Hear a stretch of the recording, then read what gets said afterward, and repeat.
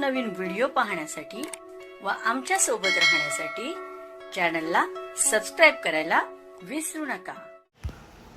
तर बघा काय शासनाने झाल्याच्यात काय म्हटलेलं आहे, शासकीय कर्मचाऱ्यांच्या निवृत्तीवेतन धारकांच्या मृत्यूनंतर अविवाहित घटस्फोटित किंवा विधवा मुलीला व मनोविकृती किंवा मानसिक दुर्बलता असलेल्या किंवा शारीरिकदृष्ट्या पांगडेपण किंवा विकलांगता असलेल्या अपत्यास कुटुंब निवृत्तीवेतन प्रदान करण्याबाबत मार्गदर्शक सूचना।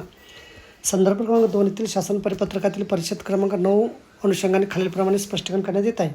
शासकीय कर्मचारी निवृत्तीवेतन धारक किंवा कुटुंब निवृत्तीवेतन धारक हयात असताना अविवाहित किंवा विधवा किंवा घटस्फोटित मुलगी तिच्या पालकावर किंवा पालकावर अवलंबून असणे आवश्यक असून शासकीय कर्मचारी निवृत्तीवेतन धारक किंवा कुटुंब निवृत्ती धारक हयात असताना त्यांच्यावर अवलंबून नसल्याबाबतचे समुचित मुद्रांक पत्रावर साक्षांकित केलेले मूळ स्वघोषणापत्र सदर मुलीने कुटुंब निवृत्तीवेतनाचा अर्ज सादर करताना सोबत जोडणे आवश्यक आहे।